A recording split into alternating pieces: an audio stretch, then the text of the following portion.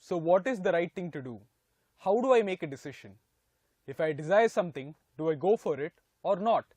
Is desire forbidden? These are questions that we grapple with every day. These are also questions which are age-old. Do we have frameworks which can help us explore and make appropriate decisions which help us in the short run and in the long run? We all desire pleasure and happiness in life. The pleasure from eating our favorite foods, the pleasure from watching a TV series, sensual pleasures. The seeking for pleasure is natural, and in Indian context it's called kama. But is pleasure all that we seek? A closer look reveals something more. We aspire to get into the best colleges, we have dreams about our career, we have dreams about prosperity and wealth. So these aspirations and ambitions of wealth and power together are called artha. Have we all not had times where our ambitions have been thwarted by our desire for pleasure? That 2-minute phone call that stretches into hours on the day before the examination leaves us with a feeling of regret, doesn't it? So therefore, in the Indian context, karma is acceptable as long as it does not interfere with artha. Do we live in a random, cruel, indifferent universe? A closer look says it is not so.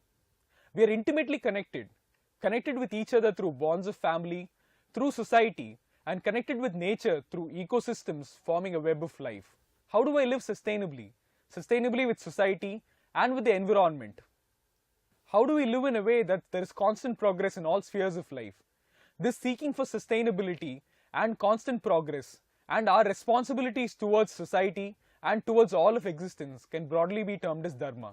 Therefore, in the Indian context, kama and artha are acceptable as long as they fall within the bounds of dharma.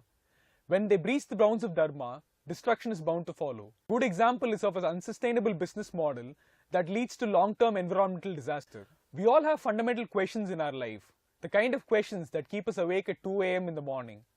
What is the meaning of my life? Is there a purpose to all of this? Is life merely random? And even when all our aspirations of pleasure and power are satisfied and we live a responsible dharmic life, these questions never go away. There is always a seeking and a pursuit of something beyond. There is always a quest of inquiry. The pursuit of these could be broadly termed as moksha. Summing up, our aims in life are of 4 categories.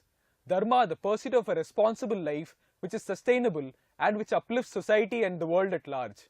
Artha, the pursuit of ambition and of wealth. Kama, the pursuit of pleasure. And moksha, the longing for something beyond. An appropriate balance of all 4 of these leads to a fulfilled human life. And who gets to decide what is an appropriate balance? It's entirely your call. So the next time when in doubt about making a decision, use the Compass of Purusharthas.